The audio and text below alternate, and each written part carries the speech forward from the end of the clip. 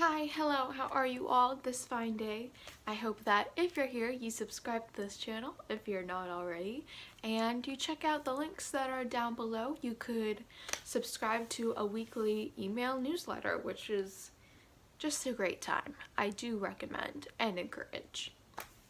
And with that, I want to preface this by saying that this might sound a little bit like a persuasive speech or a sales pitch, something like that, but I do want to put these thoughts out into the ether because it's something that is very pertinent to me and I think it's important just to expand our preconceived ideas of what it means to be a certain role or a certain profession. And if you don't know from past videos, I am currently in the Chaplaincy Institute, and that means that fingers crossed in October I will be ordained as an interfaith minister. And something that has arisen from my time kind of dwindling down in terms of finishing the work involved is the fact that I'm autistic and I'm pursuing something like ministry or spiritual care, chaplaincy, whatever the heck, anything in that category. It's obvious that there's reasons why autistic people steer clear away from a realm such as this. It involves a lot of people, and it involves, reading people, tapping into their emotions, and being able to respond well within stressful situations or a crisis. And whether it's part of the reasons why it's okay for me or not, I completely understand why these are concerns. And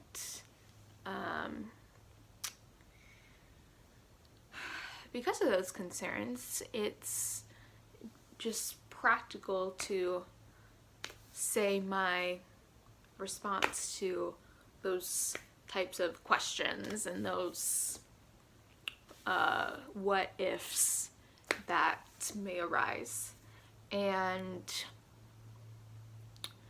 I'm speaking from my own experience, as always. I do not speak for all autistic people because we're all different, as with all people, but I have considered myself an empath, or at least like the catchphrase like highly sensitive person, for a few years now, even before knowing I'm autistic.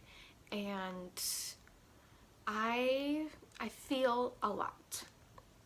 I feel all the things.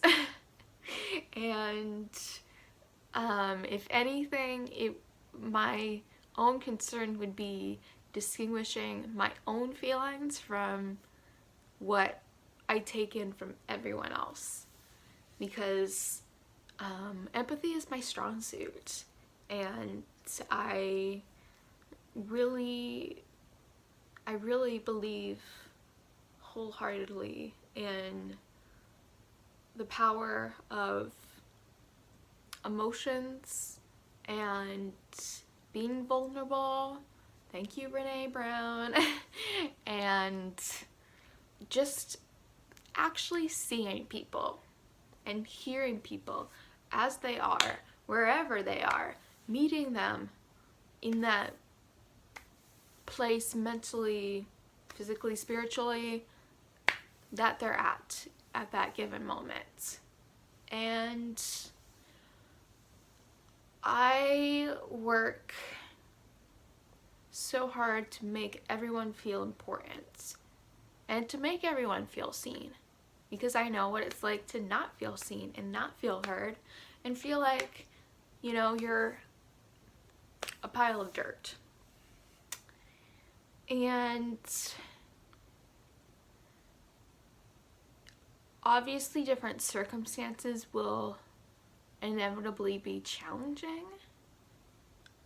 I also know that I've been in challenging situations. For context, I spent a year in a third world country teaching elementary students who most of them did not know English. And I've traveled, I've did college, did all the things. I've done a lot without knowing I'm autistic. And I did them. And I pushed myself because they were things that I was passionate about. Perhaps special interests in that case, but I think having limitations on what you assume you can do only backfires, because you're setting expectations, and heaven knows when you set expectations, chances are they're going to change. So my openness in that case and my fierce desire to tell the stories and hear the stories of those who may otherwise be silenced and oppressed is so important to me. And I see ministry as a very natural part of that passion. And in the case of ministry, when I was researching, I only found, I guess, online, fully out, that there were 2 autistic ministers, but they didn't find out until later in life, decades after they've been in their roles. So what if someone who actively knows that they are autistic, knows their weaknesses and their strengths, is still pursuing this, is actively, passionately pursuing this? I think there's a lot of power in that. There's a lot of potential in that. And hello, I think diversity is what we really need, and in anything. And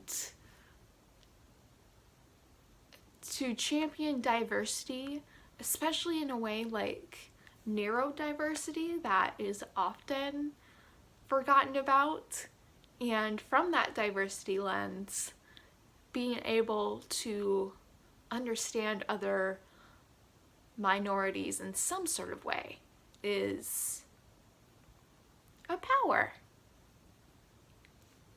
A superpower, maybe.